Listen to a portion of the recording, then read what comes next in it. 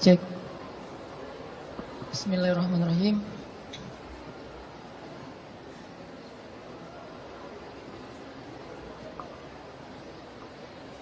Assalamualaikum warahmatullahi wabarakatuh.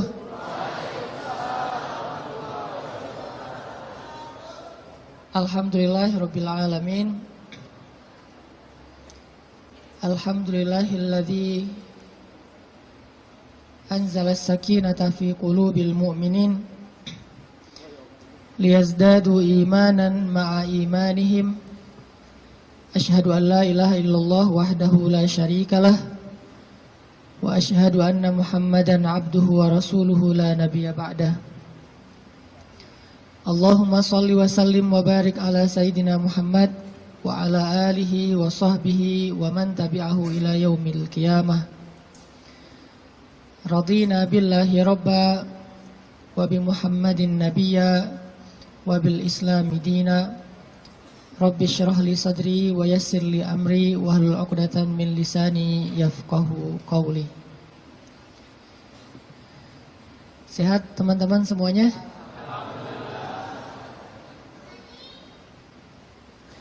Kapan insyaallah? Akad maksudnya? Boleh saya tanya dulu, siapa yang baru nikah?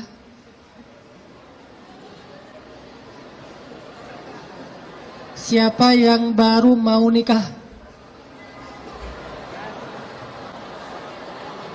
Baru mau. Wah, banyak di belakang ternyata. Di depan gak ada yang mau. Siapa yang udah lama pengen nikah?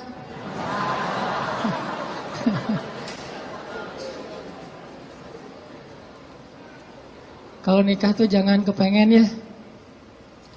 Langsung datang aja, ditolak datang lagi, ditolak datang lagi. Kayak Julaibib, pantang menyerah. Kita hari ini bahas apa? Jangan salah fokus. Fokusnya tuh kalau di kamera yang otomatis itu adalah wajah ya. Jadi kan ada tuh kalau kita foto langsung nyari wajah. Kalau orangnya geser, fokusnya geser. Jadi dia nggak pernah gagal. Nggak mungkin dia fokus ke wajah, tiba-tiba ngambil sepatu gitu. Sepatunya pink misalnya. Nggak mungkin kan? Artinya hari ini kita bahas tentang fokus dalam mencari cinta. Fokus dalam mencari cinta. Salah fokus dalam mencari cinta itu mungkin maksudnya adalah kalau kita mencari cinta itu mungkin buat mencari kesenangan dunia saja. Coba kita belajar mencari cinta itu untuk ngedapatin akhirat. Menurut saya itu lebih true love, lebih endless love. Kenapa? Karena cinta yang paling endless itu adalah cinta yang dibawa sampai ke akhirat. Jadi cinta di dunia dan di akhirat. Tapi sebelum kita menemukan cinta-cinta apapun dalam hidup kita, coba kita belajar ngedapetin cinta Allah Subhanahu wa ta'ala. Karena Allah lah yang pemilik segala cinta. Kalau Allah udah cinta kepada hambanya, maka Allah Subhanahu wa ta'ala akan menitipkan rasa cinta di dalam hati semua hambanya untuk orang yang dia cintai. Kalau Allah cinta sama kita, Allah akan titipkan rasa cinta kepada semua makhluk agar mencintai kita.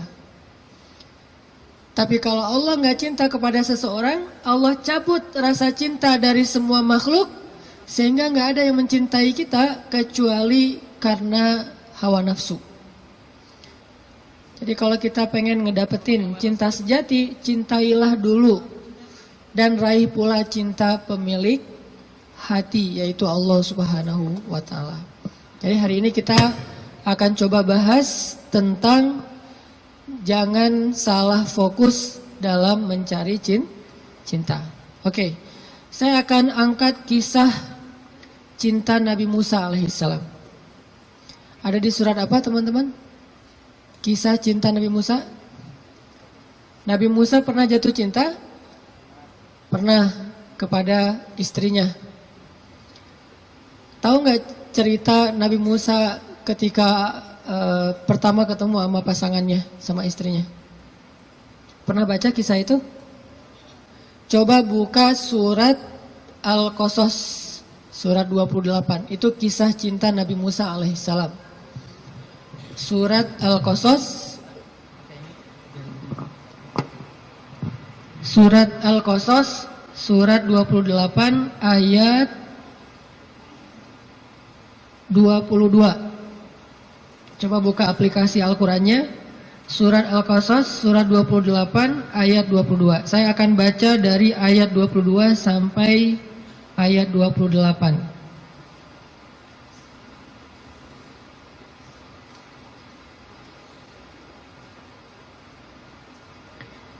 Surat Al-Qasas ayat 22 sampai 28. A'udzu billahi minasy syaithanir rajim. Bismillahirrahmanirrahim. Walamma tawajjaha tilqa'a Madyana qala 'asa rabbi an yahdiyani عسى ربي أن يهديني سواء السبيل ولما ورد ماء مدين وجد عليه أمة من الناس يسقون ووجد من دونهم امرأتين تذودان قال ما خطبكما قالتا لا نسقي حتى يصدر الرعاء وأبونا شيخ كبير فسقى لهما ثم تولى إلى الظل فقال رب إني لما أنزلت إلي من خير فقير فجاءته إحداهما تمشي على استحياء قالت إن أبي يدعوك ليجزيك أجر ما سقيت لنا فلما جاءه وقص عليه القصص قال لا تخف نجوت من القوم الظالمين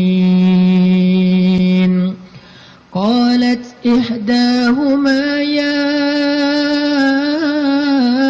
أبت استأجره إن خير من استأجرت القوي الأمين قال إني أريد أن أنكحك إحدى ابنتي هاتين على أن تأجرني 8 حجج فإن أتممت 10 فمن عندك وما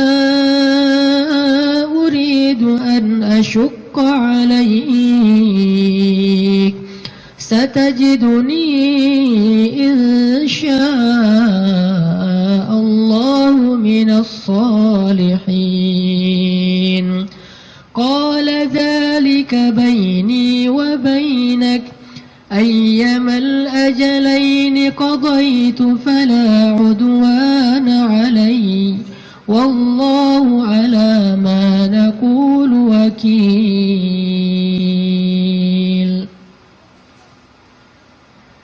Dan ketika Musa menghadap ke arah negeri Madian, ia berdoa, semoga Tuhanku membimbingku ke jalan yang benar. Lalu saat ia sampai di sebuah sumber air di negeri Madian itu, ia menjumpai di sana sekumpulan orang yang sedang memberi minum kepada ternaknya. Dan ia melihat di belakang orang banyak itu dua perempuan yang sedang menambat ternak mereka. Musa bertanya, apa yang kalian butuhkan?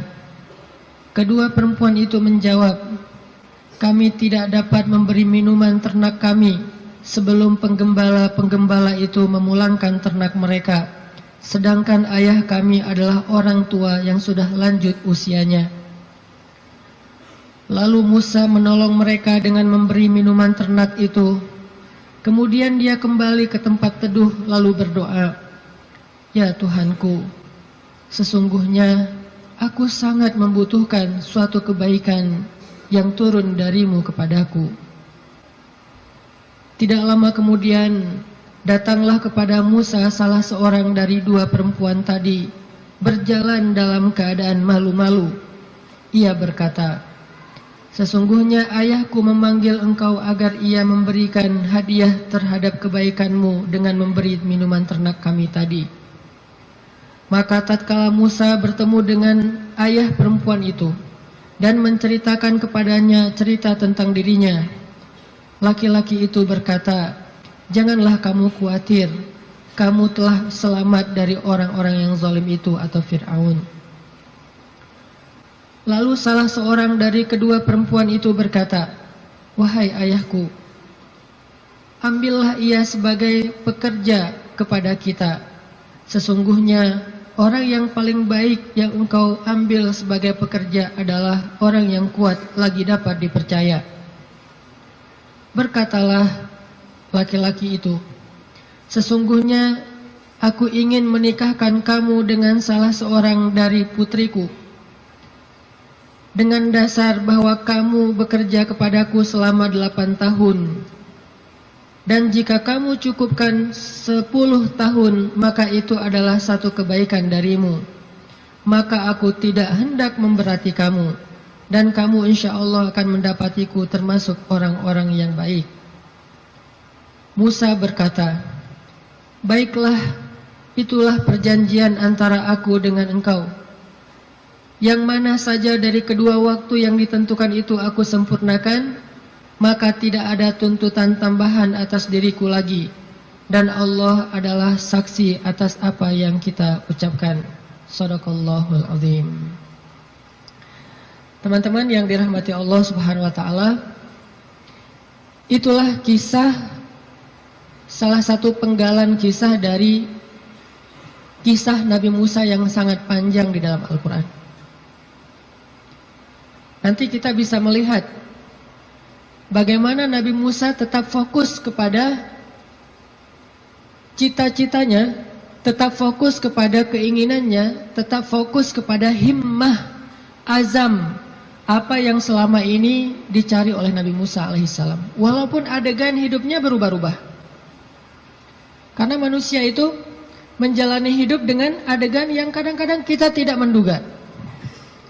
Saya merasa bahwa hidup saya itu penuh dengan kejutan dari Allah. Saya orang Aceh asli, anak dari orang tua yang mungkin bukan orang kaya, tapi tiba-tiba Allah mentakdirkan saya kuliah di Mesir. Lalu pulang dari Mesir saya tinggal di Bandung. Sampai hari ini banyak adegan dalam hidup kita itu, banyak hal yang kita nggak pernah menduga. Adegan hidup bisa berubah, tetapi azam harus tetap ada di dalam diri kita, di dalam hati kita. Sehingga adegan-adegan yang kita alami, apakah itu adegan sekolah, belajar, adegan menikah, adegan bekerja, adegan berteman, semua adegan dalam hidup kita itu harusnya menjadi sebuah potensi, kekuatan, dan penyemangat buat kita mendapatkan apa yang sudah terazam dalam hati kita. Gak boleh cita-cita kita itu berubah gara-gara adegan berubah. Gak boleh harapan kita itu berubah gara-gara situasi berubah.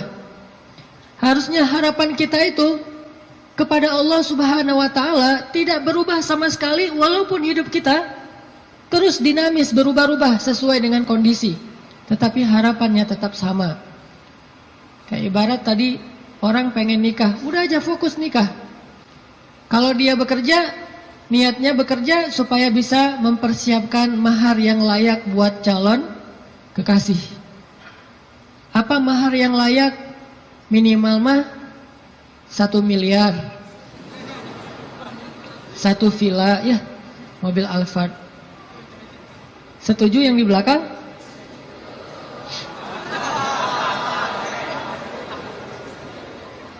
Kalau nggak sampai segitu pun minimal 1 motor, rumah kontrakan, sama pendapatan yang cukup untuk kita berdua. Yang saya sebut dengan cukup, kadang-kadang cukup itu lebih baik daripada lebih loh. Benar nggak? Cukup lebih baik daripada lebih. Kalau kita lebih, kita akan beli piring 2, gelas 2, tempat tidur 2. Nggak seru kan? Justru karena cukup, kita beli piring 1, makan sepiring berdua. Gelas 1, minum segelas berdua.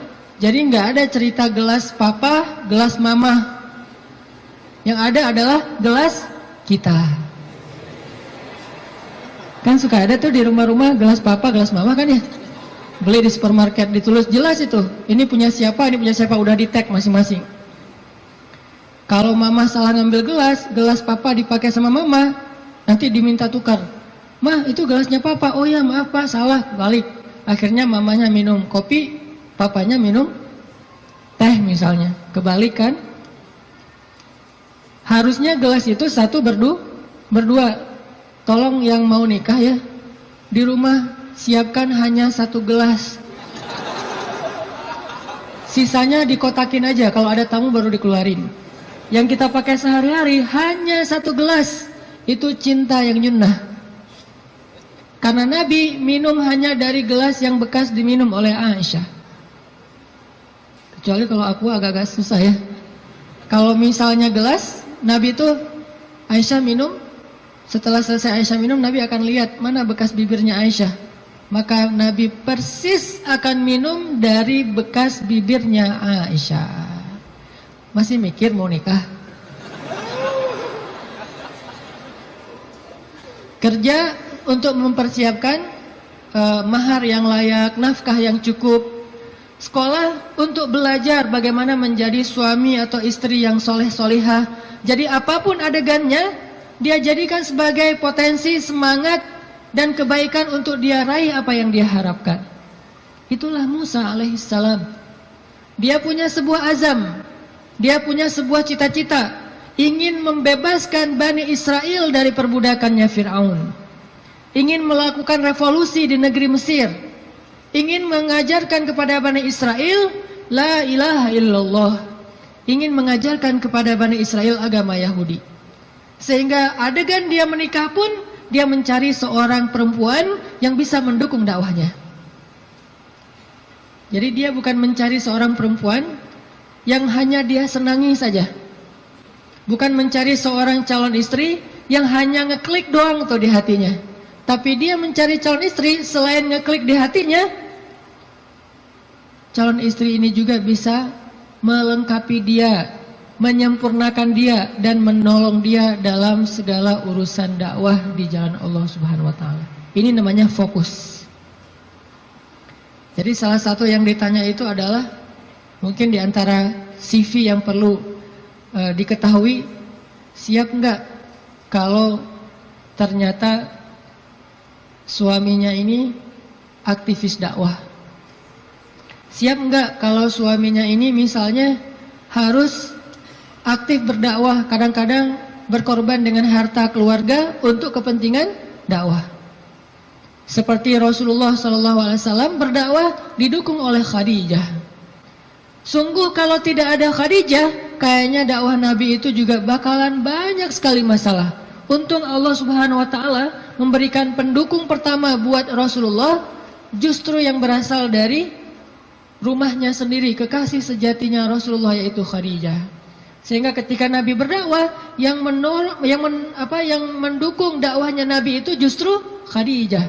Bayangin kalau Nabi berdakwah, justru yang memusuhi dakwah Nabi adalah istrinya sendiri, itu berat banget. Kayak Nabi Lut dan Nabi Nuh alaihissalam. Itu yang paling berat.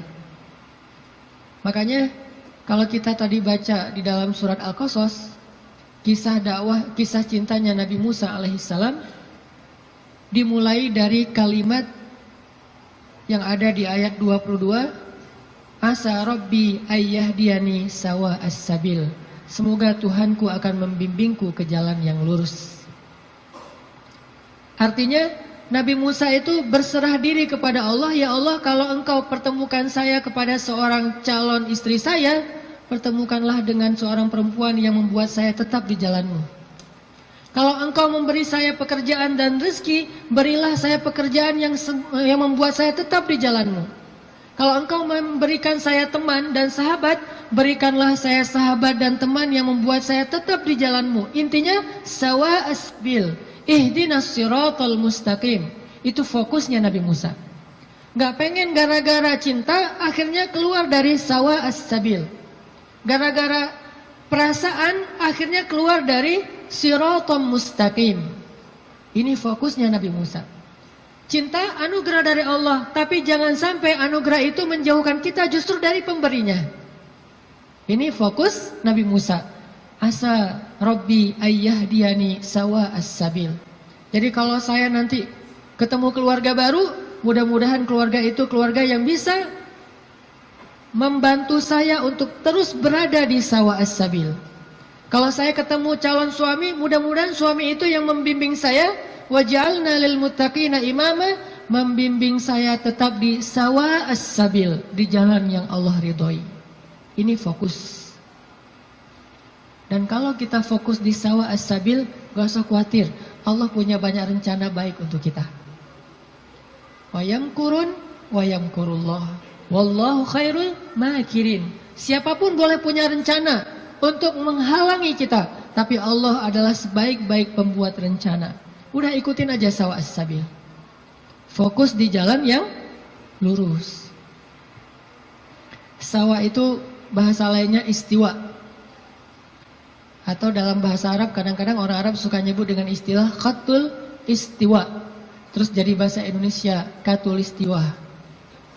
Itu bahasa Arab. Katulistiwa itu dari kalimat khatul istiwa. Khat artinya garis, istiwa artinya lurus, garis lurus.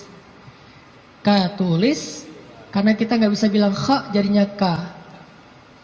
Khadijah jadinya Khadijah.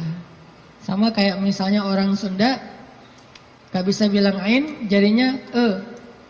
Ketika Nabi SAW manggil Aisyah, panggilan Aisyah siapa? Aish. Sampai di Sunda jadinya Eis.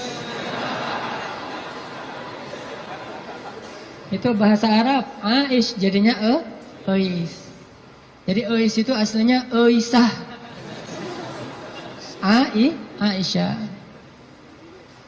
Tetaplah di sawa as-sabil, tetaplah di jalan Allah yang lurus. Enggak usah berbelok. Enggak usah keluar dari garis itu. Kalau udah terlanjur keluar, buru-buru balik. Karena Allah cuma memberikan jaminan kebaikan bagi orang yang tetap berada di sawa as-sabil. Kalau dia keluar dari situ, Allah sudah tidak menjamin apapun. Kalau kita pengen hidup kita dijamin sama Allah, nggak bakalan kecewa, dikasih banyak kejutan, surprise yang luar biasa, gampang sebetulnya caranya. Tetaplah di sawa as-sabil, nggak usah melenceng. Kalau kita udah tetap di sawa as-sabil, tunggu aja, terus berjalan di setiap beberapa titik, nanti kita akan temukan Allah menyediakan surprise buat kita sebagaimana Allah sediakan untuk Musa alaihissalam. Sawa as-sabil. Musa berjalan dari Mesir ke Yordania. Yordania waktu itu masih dinamai dengan istilah Madian. Sekarang jadi Yordania. jalan ke Madian, ke Yordania. Dan Musa tidak punya bekal sama sekali. Musa pelarian dari Mesir, gara-gara nggak sengaja dorong orang mati kan? Jadi ceritanya di Mesir, ada laki-laki Bani Israel bertengkar dengan laki-laki Kipti. Kipti itu Egyptian, orang asli Mesir. Waktu itu yang salah orang Kipti, sombong dan menghina laki-laki Bani Israel, mencurangi dia, akhirnya protes nih, ribut. Datang Musa, tanya, ada apa ini? Diceritakan masalahnya, akhirnya Musa mengingatkan laki-laki Kipti dengan cara mendorong, kamu jangan gitu, mati. Cuma digituin doang gitu, bayangin Musa. Ini jawara Mesir ya, Musa. Kalau di kita mungkin ada jawara Depok, jawara Bekasi, jawara Betawi kan ya. Ternyata jawaranya para nabi itu salah satunya Musa, itu jawara nabi banget loh. Terkenal lah Musa secara fisiknya paling gagah, six pack. Pokoknya fisik Musa itu paling ideal aja. Sampai Bani Israel cemburu sama fisik Musa. Saking cemburunya Bani Israel kepada fisik Musa, akhirnya mereka ngejelek-jelekin Musa. Tahu nggak kenapa Musa selalu pakai bajunya tertutup? Gak pernah pakai misalnya baju yang ketat atau cuma pakai celana doang biar nunjukin badannya bagus. Tahu nggak kenapa? Kenapa kata Bani Israel? Karena dia itu punya penyakit kulit. Difitnah Nabi Musa oleh Bani Israel. Saking Nabi Musa tertutup. Akhirnya Allah membebaskan Nabi Musa dari fitnah itu. Suatu saat Nabi Musa lagi mandi di sebuah oasis. Dia naruh bajunya di atas batu, dia hanya mandi pakai celana, dan itu bukan aurat bagi laki-laki, karena badannya bukan aurat, perut bukan aurat. Dia mandi nih. Begitu selesai mandi, mau ngambil baju, ternyata batunya udah pindah. Nabi Musa ambil kayak semacam galah gitu, dia tarik bajunya pakai galah. Pas dia mau narik bajunya pakai galah, batunya lari, membawa kabur bajumu Musa. Itu disebutin di akhir surat Al-Ahzab loh. Ini bukan dongeng, kisah Al-Quran. Walaupun kisahnya pendek, tapi ditafsirkan oleh hadis Nabi. Batunya lari tuh, bawa kabur bajunya Nabi Musa. Sehingga Nabi Musa ngejar-ngejar batu itu sambil mengatakan, hajar, thawbi, hajar, thawbi, hajar. Baju saya dibawa lari batu. Kan susah kan, baju batu, baju batu. Nabi Musa ngejar-ngejar bajunya dibawa lari sama batu. Kemana batu itu lari bawa baju Nabi Musa? Ke tempat-tempat orang Bani Israel ngumpul. Cari mana skate park. Dia ke skate park. Skate parknya Bani Israel. Jadi anak-anak Bani Israel lagi main skate gitu. Batu lari. Wah, dijadikan obstacle gitu. Wah, ngetrik gitu ya. Ngetrik di atas batu. Jadi kickflip segala macam gitu, ngetriknya di atas batu. Dikejar-kejar sama Musa. Kirain sama Bani Israel, Musa juga lagi parkur gitu, ngejar-ngejar batu. Wah, Musa parkur, ternyata Musa tuh jago parkur, badannya bagus kan? Lewat tempat skate park. Lewat lagi nanti tempat anak-anak main futsal. Musa lari, ternyata Musa pelari hebat, maraton gitu. Semua tempat-tempat ngumpul anak-anak muda Bani Israel, tuh batu nyamperin gitu. Ada tempat futsal, tempat skate park, kafe. Ada orang Bani Israel lagi ngopi-ngopi gitu, lagi ngobrol nggak jelas gitu kan. Lewat batu, Nabi Musa ngejar di belakang. Wis, Musa badannya bagus. Semua orang pada ngeposting hashtag Musa keren. Viral aja. Jadi viral bahwa Musa itu ternyata badannya keren banget. Di mana-mana di repost, jadilah selebgram. Followersnya nambah. Followers apa? Bani Israel yang kagum kepada Musa. Ini bahasa saya analogikan dengan kekitaan ya. Ini hanya analogi. Udah gitu, batu itu ternyata berhenti di tengah pasar Bani Israel. Berhenti di tengah pasar. Udah lari jauh, akhirnya berhenti. Musa datang ngambil baju langsung dipakai karena malu. Walaupun bukan aurat, Musa itu menjaga diri. Gak mau mentang-mentang badannya bagus tunjukin ke cewek-cewek. Nanti cewek, selfie misalnya. Musa itu seorang nabi, terjaga. Dia nggak mau kayak gitu. Kita belum juga six pack, baru two pack lah ya. Udah pamer, posting, langsung posting. Udah gitu edit dikit biar jadi three packs. Musa udah six pack masih ngejaga biar orang-orang tidak jadi fitnah pakai bajunya. Habis pakai baju karena marah sama batu, akhirnya dipukul tuh batu sama Musa sampai batu itu retak Bayangin, batu gede loh. Ada yang pernah pukul batu retak? Batu bata kali ya. Batu beneran nih, retak, dan tangan Musa biasa-biasa aja. Itu kekuatan Musa, makanya dorong orang dikit mati. Mungkin kalau sekarang Musa itu kayak MMA lah ya, mixed martial art gitu. Jadi bisa semua jenis bela diri. Nah, artinya Musa alaihissalam lari dari Mesir gara-gara habis dorong orang, terus dia mati, nggak sengaja. Kata Musa, ini bukan salah saya, salah setan. Kan disebutin di ayatnya, masih di surat Al-Qasas atau di surat Toha. Ini bukan salah saya, salah setan. Bukan saya yang bunuh, setan yang bunuh dia. Jadi teman-teman, satu-satunya suuzon yang berpahala itu adalah suuzon sama setan. Itu berpahala banget. Satu-satunya husnuzon yang berdosa adalah husnuzon sama setan. Jangan salah-salahin setan, kasihan, masa dikambing hitamin? Enggak, setan memang harus disalahin. Jadi kalau ada apa-apa nih gara-gara setan nih, misalnya, aduh, auzubillahi minasyaitonir rajim gitu kan? Bahasa zikirnya gara-gara setan apa? Kalau bahasa sehari-hari, nih setan nih kerjaannya nih. Kalau bahasa zikirnya, auzubillahi minasyaitonir rajim. Enggak masalah. Jangan sembarangan nuduh setan buat jahat atau makar. Buktikan dulu gitu kan ya? Enggak, setan memang boleh disuuzonin, satu-satunya makhluk yang boleh. Lari dari Mesir.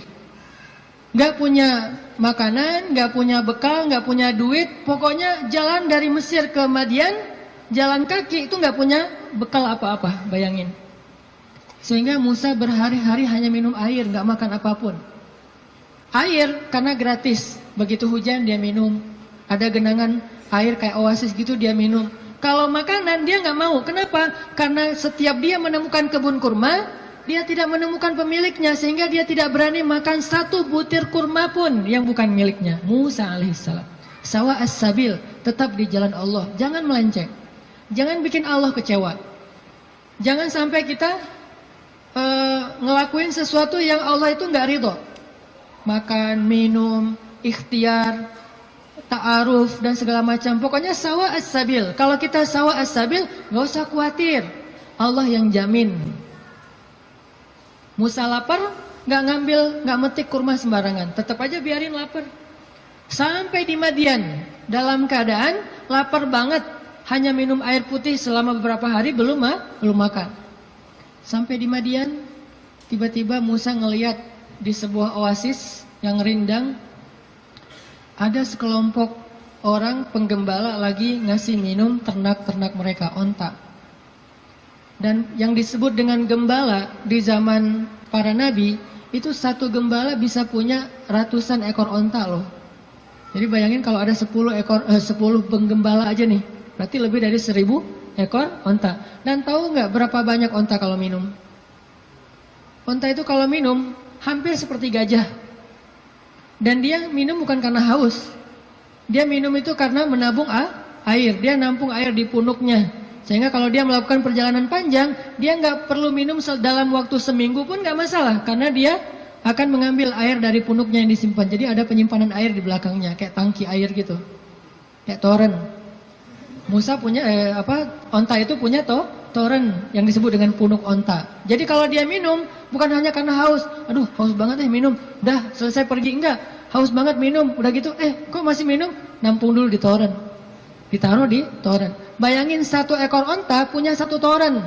Ada 1000. Berapa lama nunggu ngantrinya tuh? Dah, waktu itu Musa ngelihat di antrian paling belakang ada 2 cewek. Ceweknya solehah. Malu-malu di belakang, megang onta. Onta mereka nggak terlalu banyak, mungkin sekitar 10 atau 15 gitu pegang. Tapi paling belakang nungguin sambil berdiri culang-cilang gitu. Gimana nih gitu-gitu kan, bingung kan, cewek berdua di antara banyak cowok. Ini ciri-ciri calon istri ideal tuh gitu. Jadi kalau lihat cewek lagi culang-cilang, nah ini calon saya nih. Kemana neng? Lagi nunggu angkot. Angkot kemana? Angkot ke Bandung. Ke Bandung mah nggak ada angkot dari Depok gitu. Naik kereta atau naik travel. Oh iya, saya nggak pernah ke Bandung. Ya udah saya temenin, jangan gitu ya. Artinya ada ciri-ciri solehah, yaitu orangnya bingung karena malu, bukan bingung karena nggak paham ya, tapi bingung karena malu nih gimana nih, serba sering salah tingkahnya gara-gara malu. Kalau ada cowok-cowok, aduh gimana masuknya ya, cowok pada duduk semua di depan masjid, mau masuk ke masjid ada aja di teras banyak cowok, dia bingung. Itu calon istri ideal banget tuh. Jadi kalau ngelihat cewek kebingungan, berdoa kepada Allah, ya Allah berikan saya seorang istri yang lagi kebingungan. Cari yang bingung-bingung gitu teh. Karena yang bingung itu pasti rasa malunya besar, kehormatannya luar biasa, menjaga diri. Kalau dia nggak menjaga diri mungkin nggak akan terlalu kebingungan. Dia akan, walaupun nggak semua yang berani, yang cekatan itu berarti bukan orang soleha, bukan. Cuman salah satu cirinya itu adalah punya rasa istihya, malu-malu. Jadi kalau ngomong Assalamualaikum, Waalaikumsalam, ngomongnya membelakangi gitu ya. Itu salah satu ciri-cirinya. Pas ngeposting di Instagram, kita stalking gitu, kita kepoin Instagramnya, ternyata fotonya semuanya foto bunga-bunga, nggak ada foto orangnya. Ada kaktus, ada apa gitu, foto-foto bunga. Kalau ada foto orangnya pun foto KTP, hitam putih pula, segini, kayak orang foto paspor ya. Kalau pakai kacamata suruh buka kacamatanya, terus disuruh deketin matanya, melotot lagi, baru difoto, posting di Instagram foto. Kalau gitu berarti beda lagi nih karakternya. Karakter yang istrinya Musa malu-malu di belakang, duduk aja berdua, nungguin. Akhirnya karena ngelihat ini perempuan kok ngantri berdua, Musa samperin. Datang Musa nanya, "Ma khatbukuma?" Segitu doang pertanyaannya, jadi jangan panjang-panjang. Jangan nanya nomor handphone, jangan nanya akun Instagramnya apa, jangan basa-basi segala macam, jangan tiba-tiba pura-pura salah nomor telepon yang nyasar. Nanya aja, "Ma khatbukuma?" Ada apa? Kenapa kayak gini? Kenapa di belakang? Kenapa? Bahasa sederhananya adalah kenapa kalian berdiri saja di sini? Ma khatbukuma? Apa masalah kalian? Kedua perempuan ini terus bilang, kami tuh pengen ngasih minum ternak kami, tapi nggak bisa, soalnya laki-laki itu banyak yang ngerumunin air, dan kami nggak enak kalau mau desak-desakan dengan mereka. Sedangkan ayah kami sudah tua, nggak bisa memberikan minuman ternak. Musa melihat perempuan ini butuh pertolongan, akhirnya Musa ngambil ternaknya. Nggak banyak ngomong. Emang ternaknya namanya siapa? Salah tanya lagi kan ya? Basa-basinya lebay, salah. Udah aja ambil ternaknya, kemudian dibawa oleh Musa, diberi minum. Bayangin Musa yang dalam keadaan capek banget, lapar, perjalanan jauh, masih sanggup memberi minum ternak. Dan dulu cara ngasih minum ternak, itu ngambil timba, timbanya tuh kayak ember, kalau di kita ember, kalau orang Arab nyebutnya timba. Dalwun itu ember besar, diambil nggak pakai tali, turun ke dalam sumur, sumurnya besar gitu, ngambil air, naik lagi ke atas, ngasih minum kepada onta, turun lagi ke bawah, naik lagi ke atas. Bayangin tuh, lumayan kan? Buat latihan otot. Musa turun, naik ke atas, bawa minuman untuk ternak. Ada 10 onta, bayangin, minimal 10 ember. Dalam keadaan lapar, lemes, perjalanan jauh, lelah, kurang tidur. Coba, kekuatan Musa. Dan itu langsung diketahui oleh cewek-cewek nanti, bilang dia itu orang yang kuat luar biasa. Kasih minuman ternak, udah selesai itu, dikasih lagi ke cewek-ceweknya pada pulang. Jazakallah khair, wa iyyakum, pulang aja. Musa setelah mereka pulang, nggak pura-pura apa gitu. Aduh, di sini warung Padang di mana ya? Nggak nanya-nanya gitu. Nggak minta kepada perempuan itu balasan apapun. Di sini warung Padang di mana? Di sini KFC di mana atau apa gitu. Dia cuma menyerahkan onta perempuan itu, kemudian dia kembali ke tempat yang teduh. Sampai di tempat yang teduh, dia berdoa lagi kepada Allah. Apa kata Musa? Kata Musa, Rabbi inni lima anzalta ilayya min khairin fakir. Ya Allah, saya fakir. Fakir itu butuh banget. Ya Allah, saya butuh banget rezeki darimu. Saya lapar. Ngomong ke Allah Subhanahu wa ta'ala. Saya lapar ya Allah, saya butuh kebaikan darimu, karena saya sangat kekurangan sekarang, fakir sekali.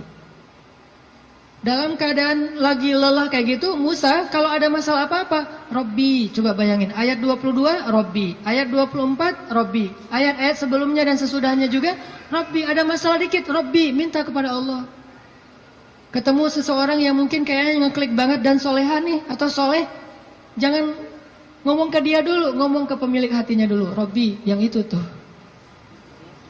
Nanti Allah tiba-tiba ngeklik hatinya, udah jalan, balik lagi ke belakang. Ada apa, Kang?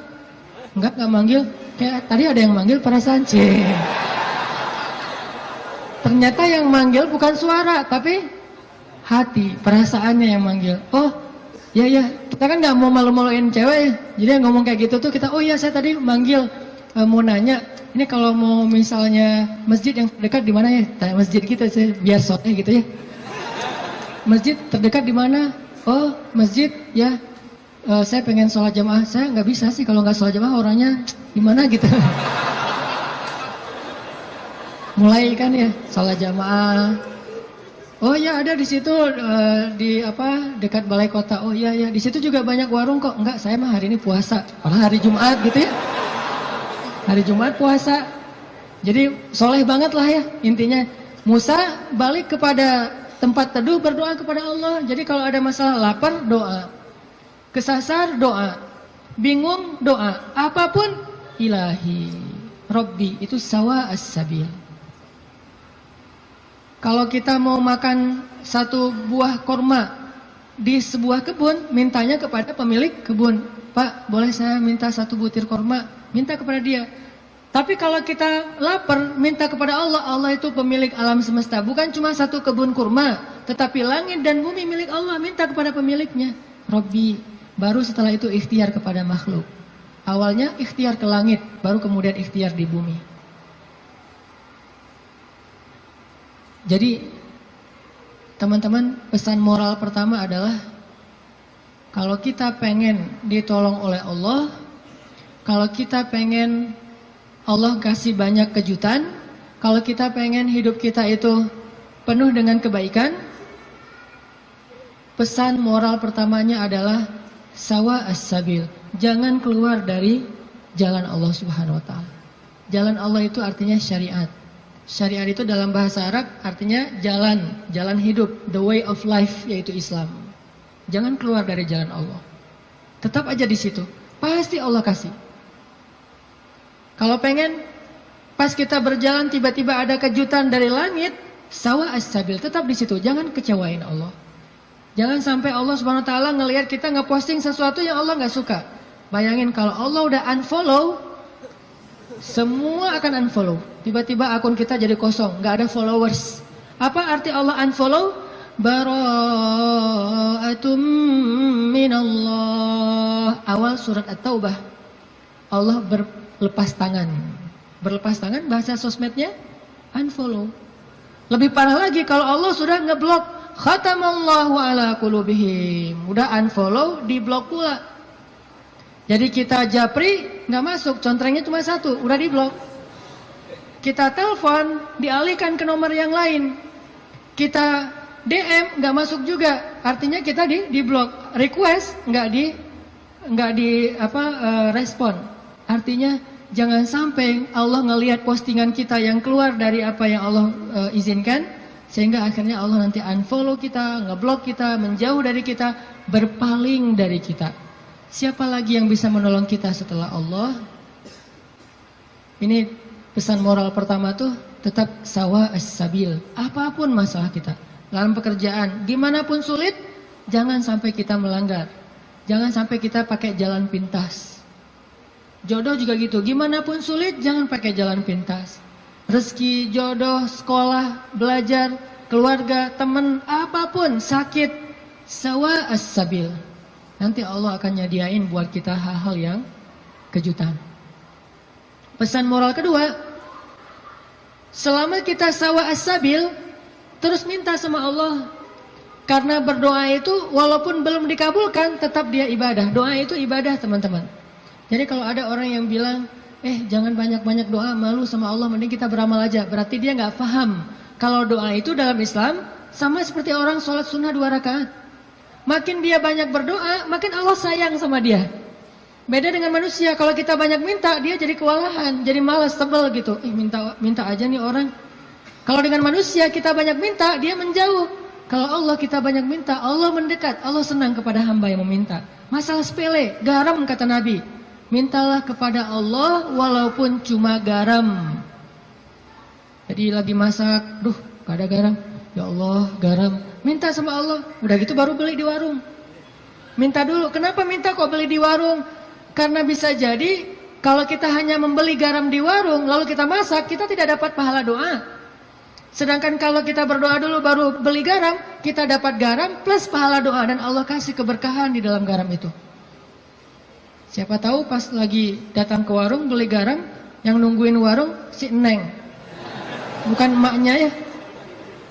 Mau beli garam, oh kenapa masa kurang garam ya? Tadi minta sama Allah, ya udah nih gratis aja deh gitu. Bisa. Atau bisa juga, udah besok-besok gak usah masak sendiri, biar saya masakin. Kode keras ya. Tapi gak mungkin juga kayak gitu. Artinya teman-teman, minta sama Allah. Ada masalah dikit, ya Allah. Coba, ini benar-benar jadi kayak habit kita ya. Ya Allah itu jadi habit, ya Allah, ya Allah. Dikit-dikit, ya Allah, dikit-dikit, ya Allah. Dan Allah tuh senang banget digituin. Gak repot sama sekali. Walaupun Allah itu sibuk, tapi Allah nggak repot.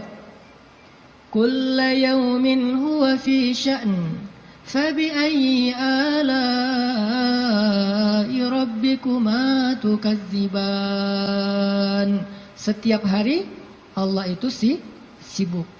Arti sibuk, sibuk memberikan apa yang diminta oleh hamba-hambanya. Sibuk mengurus hambanya. Emang Allah senang kok ngurus kita. Jadi kalau kita minta ke Allah itu Allah kayak ada apa hambaku senang gitu. Bayangin. Walaupun gak tepat tapi Allah lebih senang. Walaupun analogi ini gak tepat tapi kurang lebih bisa kita bayangin. Allah itu lebih senang kepada hambanya yang meminta kepadanya daripada seorang pelayan di sebuah restoran, di sebuah kafe yang ketika kita minta sesuatu dia tersenyum, dia ada apa Pak langsung nyatet, langsung dikirim ordernya. Allah lebih senang dari itu. Dan salah satu di antara nabi yang paling suka berdoa kepada Allah itu siapa teman-teman? Nabi Ibrahim. Allah menyebutkan Ibrahim itu inna Ibrahim la'awwahun halim. Awwahun. Awwah itu bukan awah ya. Awah itu beda ya. Kalau awah justru enggak, kalau awah mau. Awwahun artinya da'a, suka berdoa. Ibrahim itu ada masalah dikit, ya Rabbi, doa. Makanya Allah banyak ngasih kejutan buat Ibrahim. Dengan istri pertamanya Sarah, dengan istri keduanya Hajar, dengan anak pertamanya Ismail, dengan anak keduanya Ishak, dengan cucunya Yakub, dengan cicitnya Yusuf. Banyak Allah kasih kejutan buat Ibrahim. Kenapa? Karena Ibrahim sawa as-sabil dan da'a, selalu berada di jalan Allah dan selalu minta sama Allah. Allah itu cemburu kalau kita minta kepada makhluk duluan sebelum Allah. Cemburu kalau kita nyebut nama makhluk duluan sebelum Allah. Cemburu kalau kita berterima kasih kepada makhluk duluan sebelum bersyukur kepada Allah. Allah itu cemburu dan Allah layak untuk cemburu. Sehingga kalau kita minta ke Allah duluan, Allah senang banget. Ya Allah, saya lagi kayak gini, sebutin. Baru ikhtiar. Jadi sehari-hari itu jadikan habit kita itu da'a, dikit-dikit Rabbi, Ilahi, Ya Allah, Ya Tuhanku, gitu. Sehingga Musa pas lagi perjalanan dari Mesir ke Madian, Rabbi, asa ayyahdiyani sawa as-sabil, beri saya jalan yang lurus. Pas sampai di Madian, Rabbi, ini bima anzaltani min khairin faqir. Ya Allah, saya butuh sekali rezeki, saya udah lapar, udah berhari-hari gak makan. Tiba-tiba datanglah kejutan yang ditunggu-tunggu Musa. Salah satu dari dua cewek tadi yang ngasih minuman ternak, datang lagi nih. Datangnya gimana? Disebut di ayat 25. Faja'athu ihdahuma tamshi 'ala istihya. Datanglah salah satu dari dua perempuan itu berjalan dalam keadaan malu-malu. Tadi itu. Sampai dalam Islam ada kode.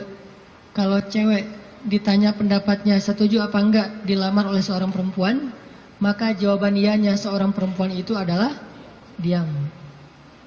Sedangkan laki-laki kalau diam berarti enggak. Kalau perempuan kalau diam berarti ya. Kalau dia, oh berarti itu ya, husnuzon aja. Jadi kalau nanya, Neng gimana mau sama saya? Dia belum sempat mikir, oh berarti mau ya. Ya. Kan diam tadi teh. Jadi diam seorang perempuan kata Nabi adalah ridho. Diamnya adalah ridho. Karena kalau dia tidak ridho, dia mungkin akan merespon dengan bahasa-bahasa yang baik. Atau bahasanya bukan diam, pasrah. Saya ikut aja gimana emak sama abah gitu. Ini berarti ridho. Bukan berarti dia, kamu kok gitu sih sama aku, kamu nggak sayang, nggak cinta dan segala macam gitu. Dia mah nggak akan ngomong kayak gitu. Dia diam atau dia bilang ya udah ikut aja, berarti dia ridho. Itu sifat perempuan yang sebenarnya. Pada dirinya itu ada malu. Dan malu by the way teman-teman, pada diri perempuan adalah mahkota. Makin besar rasa malunya, makin tinggi nilainya. Makin besar rasa malunya, makin besar mahkota yang dia pakai. Jadilah dia seorang putri. Makin besar, jadilah dia seorang ratu. Mahkotanya perempuan yang solihah adalah istihya, punya sifat malu-malu, nggak pakai in. Malu-malu aja, malu-malu, kemana-mana malu, malu-malu. Itu mahkotanya perempuan. Walaupun bukan berarti ketika yang ada perempuan nggak malu dia berani gitu, nggak punya mahkota, bukan. Ini hanya salah satunya. Dan tetap itu kebaikan. Kalau dia nggak terlalu besar dominan dengan sifat malu, mungkin dia dominan dengan sifat yang lain. Tapi yang jelas sifat malu ini kebaikan. Kata Nabi, kalau tidak punya malu, maka seseorang akan lakukan apa yang dia suka. Berarti malu itu sebagian dari kehormatan. Malu itu sebagian dari harga diri. Sehingga kalau orang udah nggak punya sifat malu, maka dia kehilangan harga diri dan kehormatan, dia akan lakukan apapun yang dia suka. Jadi malu anugerah dari Allah untuk perempuan. Aisyah pemalu. Saking pemalunya Aisyah, kalau lagi malu wajahnya kemerah-merahan, pink. Pink dalam bahasa Arab humairo. Pink itu humairo. Aisyah itu kalau lagi malu pink wajahnya. Sehingga kalau Nabi melihat wajah Aisyah pink, humairo, Nabi senang melihat Aisyah, oh Aisyah lagi malu, Aisyah lagi senang, Aisyah lagi tersipu-sipu, sehingga wajahnya menjadi pink. Aisyah itu seorang perempuan yang sangat pemalu, sama dengan Maryam, sama dengan Khadijah, sama dengan Fatimah, perempuan yang sangat pemalu. Coba teman-teman renungkan kisah gimana pemalunya Aisyah. Pernah ketika Rasulullah SAW sudah wafat, kan Rasulullah itu dimakamkan di dalam rumah Aisyah. Soalnya SOP para nabi, mereka dimakamkan di tempat mereka wafat, nggak boleh dipindahkan. Itu udah jadi SOP-nya para nabi itu. Jadi kalau meninggalnya di sini, ya udah di sini dimakamin, nggak boleh ke pemakaman khusus tempat lain atau pemakaman umum, nggak boleh. Jadi karena Rasulullah wafatnya di atas pangkuan Aisyah di kamarnya, maka kamar itu jadi tempat Rasulullah dimakamkan, makam di situ, dibuat kayak ruangan. Setiap hari Aisyah duduk di situ, dia buka hijabnya, dia duduk di makam Nabi sambil mungkin dia di situ ngobrol, mungkin dia berzikir, bukan sengaja zikir di dalam makam ya. Tetapi dia kangen sama Nabi, duduk di sebelah Nabi, seolah-olah dia pengen mengenang waktu dulu sering zikir berdua sama Nabi, sambil Nabi tidur di atas pangkuan Aisyah zikir. Bayangin, kalau kita zikir jomblo itu duduk, beda ya zikir jomblo sama zikir orang udah nikah. Kalau jomblo zikirnya duduk, tiba-tiba ngeblak ke belakang gitu ya. Kalau udah nikah, zikirnya nggak perlu ngeblak ke belakang, zikirnya sambil berbaring di atas pangkuan kekasihnya. Atau kadang-kadang zikirnya sambil bersandar. Jadi punggung dengan punggung, satu menghadap ke utara, satu menghadap ke selatan, sama-sama memberikan punggungnya jadi kayak kursi gitu, bersandar kepada kekasihnya, zikir. Nanti pas sudah beberapa menit lihat, wah kamu 1000, saya baru 200. Ngapain aja kamu kok 200? Ngahuleng gitu ya, mikirin kamu, jadi zikirnya 200. Berarti yang zikirnya 1000, kamu mikirin apa? Saya ingat Allah. Lah kamu kenapa 200? Saya ingat kamu. Romantis dalam zikir. Artinya Aisyah tuh teringat masa-masa zikir dengan Rasul, sholat sunnah bareng dengan Rasul. Kan saya sering cerita tuh, Rasulullah kalau malam tahajud, beliau sholat tahajud sendiri dulu, nggak ngebangunin Aisyah. Kenapa? Karena tahajud Nabi itu di atas standar manusia biasa. Kalau ngebangunin Aisyah kasihan, nggak akan kuat Aisyah. Ini sayangnya Nabi kepada Aisyah, sampai dalam bab ibadah aja diringankan, selama tidak melanggar syariat. Nabi nggak mau ngeberatin Aisyah sholat tahajud bareng dengan Nabi. Aisyah tahajud yuk. Hayu kata Aisyah. 1 rakaat Al-Baqarah, Ali Imran, An-Nisa, Al-Maidah, Al-An'am. Siapa yang kuat? Nggak usah Aisyah, Abdullah ibnu Mas'ud aja pernah jadi makmum dadakan di belakang Nabi, itu hampir batal sholatnya. Wah, Nabi lagi sholat tahajud, nggak makmumin udah aja makmumin. Nabi baca Alif Lam Mim, Dzalikal Kitabul La Raiba Fi. Abdullah masih antang-antang aja. Lama-lama kok udah setengah juz ya perasaannya. 1 juz, 2 juz, sampai selesai Al-Baqarah. Mulai ini Abdullah curiga nih, Masuk lagi Alif Lam Mim, Ali Imran. Masuk lagi Ya Ayuhan Nas, An-Nisa. Masuk lagi Al-Maidah. Masuk Al-An'am, 7 juz 1 rakaat. 7 juz 1 rakaat. Kita 1 rakaat 7 surat. An-Nas, Al-Falaq, Al-Ikhlas. Dari ujung aja pokoknya 7 surat. Ini 7 juz 1 rakaat. Atau kadang-kadang kita 7 rakaat 1 surat, yaitu Al-Ikhlas terus. Asal sholat pasti Al-Ikhlas. Walaupun kalau dia membaca Al-Ikhlas itu karena cinta kepada surat itu, dia akan masuk surga dengan surah Al-Ikhlas. Masalahnya kita benar nggak sih cinta ke Al-Ikhlas? Kan kita suka pakai hadis sahabat itu ya. Ada sahabat kalau ngeimamin pasti bacanya Al-Ikhlas tuh kan. Sahabat aja bacanya Al-Ikhlas mulu. Sampai dilaporin ke Nabi, ya Rasulullah dia tuh kalau ngimamin kurang variatif, Kurang variatif gimana? Ayatnya monoton, Al-Ikhlas saja nggak ganti-ganti. Dipanggil sama Nabi, kenapa kamu bacanya kok Al-Ikhlas saja nggak yang lain? Ya Rasulullah, saya cinta dengan surat itu. Nah di surat itu disebutin sifat-sifat Allah. Nabi tersenyum mengatakan, kamu masuk surga karena apa yang kamu cintai. Pertanyaannya, kita gitu atau ada modus lain? Al-Ikhlas itu nggak perlu mikir dan cepet kan? Jadi bukan karena cinta banget dengan Al-Ikhlas. Ini harus jujur nih. Nabi sholat tahajud. Udah selesai tahajud, baru ngebangunin Aisyah pas witir. Jadi Aisyah itu diajak sholatnya pas witir. Aisyah, witir yuk. Kan Aisyah manja-manja gitu kan ya. Susah bangunnya, akhirnya dipercikin air di wajahnya sama Nabi. Kan saya sering bilang, percikan air ke wajah calon kita. Kalau belum ada latihan pakai guling dulu. Guling di latihan. Biar pas mercikinnya itu enak gitu. Kalau ini ada lebih rezeki sedikit, beli nano spray. Kan enak tuh malam-malam nano sprayan. Jadi masuk ke pori-pori langsung segar gitu. Nah, artinya Rasulullah memercikan air ke wajah Aisyah. Ayo Aisyah tahajud. Akhirnya witir bareng. Setelah selesai witir, kan Nabi itu kalau sholat tahajud itu ini ada tutorial tahajud ala Rasulullah ya. Kan tahajud bebas sebetulnya, tapi Rasulullah juga punya style sendiri tahajudnya. Sahabat-sahabat masing-masing punya style. Ada tahajud di atas atap. Siapa itu? Bilal. Bilal kalau tahajud pasti di atas atap rumah.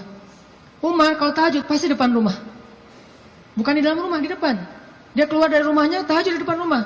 Bacanya kenceng-kenceng. Bismillahirrahmanirrahim. Satu Madinah bangun gara-gara suara Umar. Kalau Abu Bakar tahajudnya di musolanya sendiri, khusyuk sendiri, nggak mau ketahuan orang. Ini gayanya beda-beda. Gue dengan gaya gue gitu ya. Umar di depan rumah, Bilal di atas atap, Abu Bakar sendiri di dalam mihrab. Rasulullah juga punya style. Style tahajud Nabi gimana? Beliau tidur, tahajud, witir, tidur, subuh. Jadi sebelum subuh beliau tidur dulu. Cuman tidur yang keduanya Nabi bersandar biasanya. Kalau nggak bersandar di tiang, di dinding, bersandar kepada Aisyah. Itu tahajud ala Rasulullah. Nggak mungkin kita ngikutin sunnah ini kalau belum banyak sunnah yang kita nggak bisa ngikutin kalau belum nikah, teman-teman.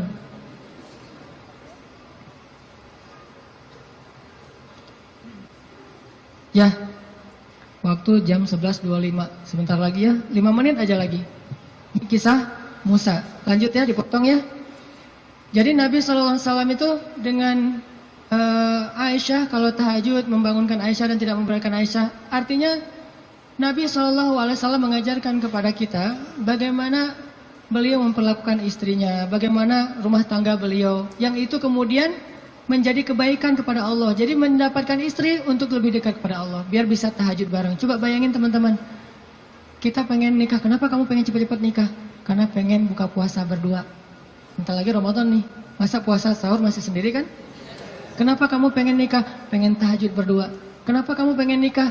Pengen ngaji berdua, store hafalan. Suaminya hafal surat Al-Ikhlas, store gitu ke istrinya. Kan baru hijrah, Al-Ikhlas dulu kan? Al-Fatihah, Al-Ikhlas. Nanti istrinya store. Store-nya apa? Surah Al-Isra. Ternyata istrinya hafizah. Ya, suaminya baru hijrah. Jadi Al-Ikhlas versus Al-Isra. Beda banget kan? Al-Ikhlas juga masih banyak salah. Kulawahan gak lewat-lewat gitu. Atau kuliah ayyuhal kafirun gak khatam-khatam, muter. Kan la abudu mata abuduan terus aja di situ kan? Ini karena belajar, baru belajar. Istrinya udah Al-Isra, Maryam, Toha, Qasas segala macam. Kenapa pengen nikah? Karena pengen bareng mendekat kepada Allah SWT. Itu yang di Musa cari. Akhirnya perempuan itu datang menemui Musa, sebagaimana Aisyah sangat pemalu. Tadi nggak tuntas ceritanya, next time insya Allah. Datanglah perempuan itu kepada Musa bilang, ayahku pengen ngundang kamu dinner di rumah.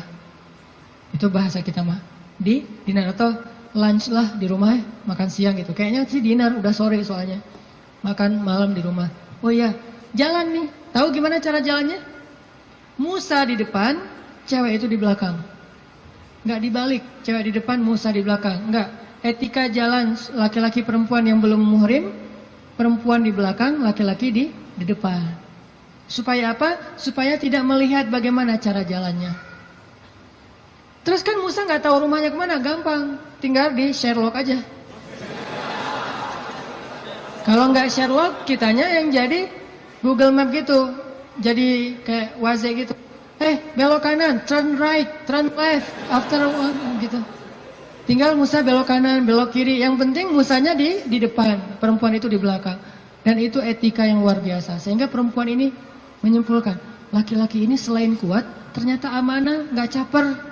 Gak sok-sok dekat gitu kan, kita lagi di perjalanan, daripada kamu diganggu orang biar aku jagain. Enggak, Musa itu orang yang sangat amanah. Jadi kalau belum nikah aja dia sangat jaga, jangan sampai membuat perempuan ini tercela, apalagi setelah menikah.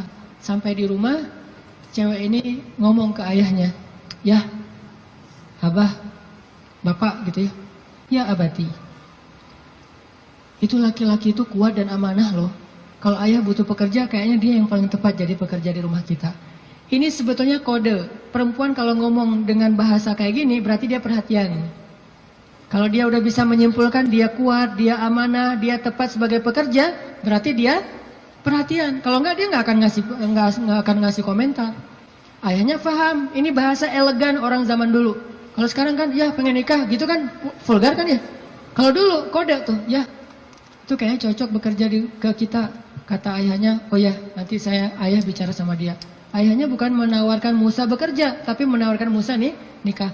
Saya akan nikahkan kamu dengan salah satu dari putri saya. Terserah kamu yang mana yang kamu sukai. Maharnya bekerja kepada saya selama 8 tahun. Akhirnya Musa pun menikah dengan salah satu dari 2 perempuan itu. Dan perempuan inilah yang mendampingi Musa untuk berdakwah di Mesir melawan Fir'aun. Dan inilah kisah yang luar biasa. Nabi Musa mencari cinta itu untuk lebih dekat kepada pemilik cinta. Nabi Musa mencari cinta makhluk agar bisa mendapatkan cinta Allah Subhanahu wa taala. Bukan justru ketika ngedapetin cinta makhluk kehilangan cinta Allah. Ini namanya fokus. Teman-teman, pesan moral ketiga berarti adalah apa? Setelah sawa as-sabil, banyak berdoa. Yang ketiga adalah jadilah seseorang yang menyempurnakan hubungan kita dengan Allah dengan cara menikah. Itu maksud Nabi, setengah dari agama itu adalah setelah kita menikah, kita sempurnakan.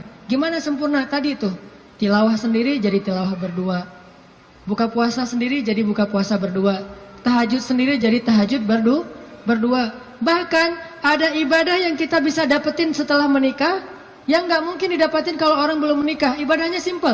Ngapain? Goler, tidur di atas sofa sambil ngelihat istri kita rempong lalu lalang, itu pahala. Jadi gini aja. Itu sholat sunnah loh. Kalau yang belum nikah hanya bisa mendapatkan pahala itu dengan cara berwudu, sholat sunnah 2 rakaat. Yang udah nikah nggak perlu berwudu, nggak perlu sholat sunnah pun tetap dapat pahala sholat sunnah. Dengan cara apa? Pandangan suami kepada istrinya yang penuh kasih sayang, bagi dia adalah pahala ibadah. Jadi cuma ngelihat doang ibadah, tersenyum ibadah, kecup di keningnya. Bayangin, Nabi itu habis berwudu mengecup Aisyah. Bisakah kita melakukan itu kalau belum menikah? Ngecup apa? Habis wudu, cium Aisyah ke masjid. Wudu, cium Aisyah. Ini salah satu dalil dari mazhab yang mengatakan sentuhan suami istri tidak membatalkan wudu. Walaupun nanti ada dalil yang mazhab yang lain, Allahu a'lam. Ini mazhab. Tapi Nabi beberapa kali habis berwudu kecup Aisyah ke masjid. Wudu kecup Aisyah. Jadi kalau udah Nabi wudu, Aisyah udah siap-siap tuh. Para istri, kalau suaminya lagi berwudu, maka siap-siaplah kalian, karena sebentar lagi dia akan ke masjid. Dan lupa mengecup gitu. Biasanya kalau habis wudu Nabi itu ngecup istrinya, dikecup di keningnya atau di pipinya ke masjid, kecup kening pipi ke masjid. Itu sunnah pahala yang tidak didapatkan kecuali dengan menikah. Setengah dari agama itu ada di dalam pernikahan, sisanya ada dalam status jomblo. Setengah-setengah lah ya. Jadi kalau mau utuh, pernah mengalami masa jomblo yang berat gitu, derita jomblo kifarat dosa kan ya. Setelah itu nanti mendapatkan setengahnya lagi setelah saya terima nikahnya Fulanah binti Fulan dan seterusnya. Itu teman-teman, maaf nggak tuntas cerita musanya. Insya Allah nanti dilanjutkan di kesempatan yang lain, bisa lewat streaming mungkin atau dalam kesempatan-kesempatan yang lainnya. Barakallah. Assalamualaikum warahmatullahi wabarakatuh.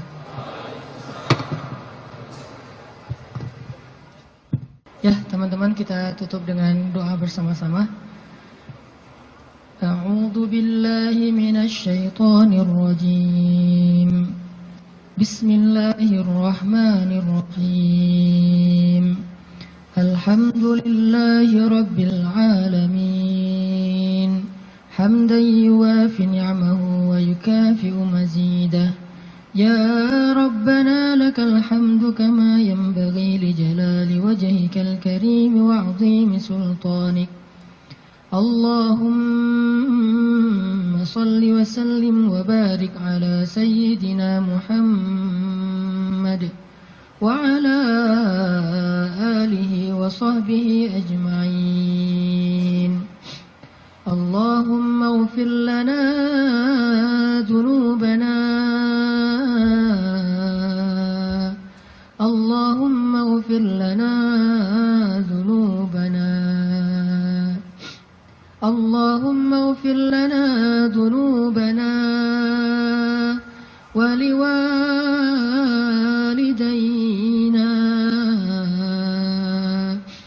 wa liwalidayna wa liwalidayna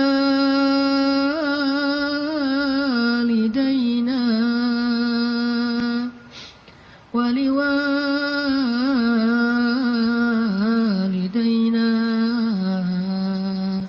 warhamhuma kama rabbayani saghira. Rabbana zalamna anfusana. Rabbana zalamna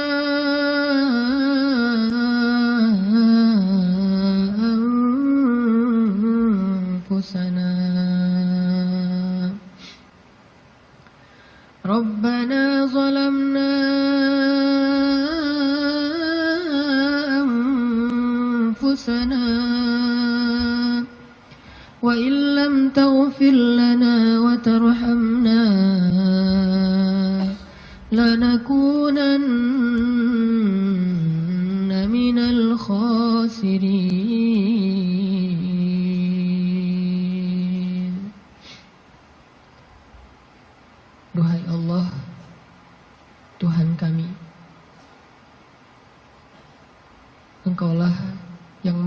pencipta. Engkaulah yang maha kuasa. Engkaulah yang maha memelihara. Duhai Allah, pemilik langit dan bumi, semua yang ada, semua ini hanyalah milik-Mu ya Allah. Engkau yang maha kaya, sedangkan kami fakir di hadapan-Mu ya Allah. Engkaulah yang maha kuasa, sedangkan kami tidak berdaya di hadapan-Mu ya Allah. Engkau yang maha tinggi, Engkau yang maha mulia, sedangkan kami rendah dan hina di hadapan-Mu ya Allah. Engkau maha baik, sedang kami banyak dosa ya Allah. Engkau yang maha mencukupkan segala kebutuhan, sedangkan kami kurang tanpa-Mu dan butuh Engkau ya Allah. Engkau yang maha indah, Engkau yang maha terpuji, Engkau yang maha bijaksana, Engkau yang maha tahu, sedangkan kami bodoh, tidak tahu apapun ya Allah. Ilahana, ajarkan kami iman, beri kami hidayah ya Allah. Jika Engkau memberikan kepada kami dunia dan seisinya, tetapi Engkau tidak memberikan iman, sungguh kami menjadi orang yang rugi. Tetapi jika Engkau beri kami iman, walaupun tidak Engkau berikan dunia dan apapun juga selainnya, pasti kami menjadi orang yang bahagia. Beri kami iman sebelum dunia ya Allah. Beri kami iman sebelum harta ya Allah. Beri kami iman sebelum cinta makhluk ya Allah. Beri kami iman sebelum keluarga ya Allah. Beri kami iman sebelum ilmu ya Allah. Beri kami iman sebelum segala sesuatu dalam urusan dunia ya Allah. Karena tanpa iman, dunia hanyalah menjadi jalan kehancuran bagi kami. Tapi dengan iman, dunia menjadi anugerah dan kebaikan untuk kami. Ilahana, beri kami iman, beri kami hidayah, tetapkanlah iman di dalam hati kami sampai akhir hayat kami ya Allah. Ajarkan kami iman di dalam setiap majelis-majelis ilmu ya Allah. Ajarkan kami iman dalam setiap ruku dan sujud ibadah kami. Ajarkan kami iman dalam setiap ketentuan takdir-Mu ya Allah. Engkaulah yang maha bijaksana. Ilmu-Mu meliputi yang gaib dan yang syahadah. Engkau yang sebaik-baik mengajarkan sesuatu kepada hamba-Mu. Ajarkan kami iman ya Allah, yang tidak bisa diajarkan oleh siapapun setelah Engkau ya Allah. Ilahana, jadikanlah majelis kami ini majelis yang menambah iman di dalam hati kami, bukan hanya menambah wawasan di dalam pikiran kami. Yang setelah kami bubar dari majelis ini, kami kembali kepada tempat kami masing-masing. Kami membawa pulang hadiah iman. Iman bertambah setiap hari ya Allah. Ilahana, ampuni dosa kami ya Allah. Dosa-dosa di masa lalu kami ya Allah. Ampuni dosa kedua orang tua kami ya Allah. Ampuni dosa kami ya Allah. Kalau dulu kami sering meninggalkan sholat kepada-Mu ya Allah. Ampuni dosa kami ya Allah. Kalau dulu kami banyak berbuat maksiat, dosa besar kepada-Mu ya Allah. Ampuni dosa kami ya Allah. Kalau kami dulu durhaka kepada orang tua kami ya Allah. Ampuni dosa kami. Janganlah Engkau biarkan kami kembali kepada-Mu dengan membawa dosa-dosa besar ya Allah. Beri kami husnul khatimah, di mana ketika kami kembali kepada-Mu, kami datang dengan amal ibadah dan Engkau ridho kepada kami. Ampuni dosa kedua orang tua kami ya Allah. Sayangi ayah bunda kami ya Allah. Sayangi mereka seperti sayangnya mereka kepada kami, bahkan lebih dari itu ya Allah. Jika keduanya telah wafat, lapangkan kuburnya ya Allah. Jadikanlah kubur mereka taman-taman. La ilaha illallah Muhammadun Rasulullah alaihi salatullah wa alihi wal ahibba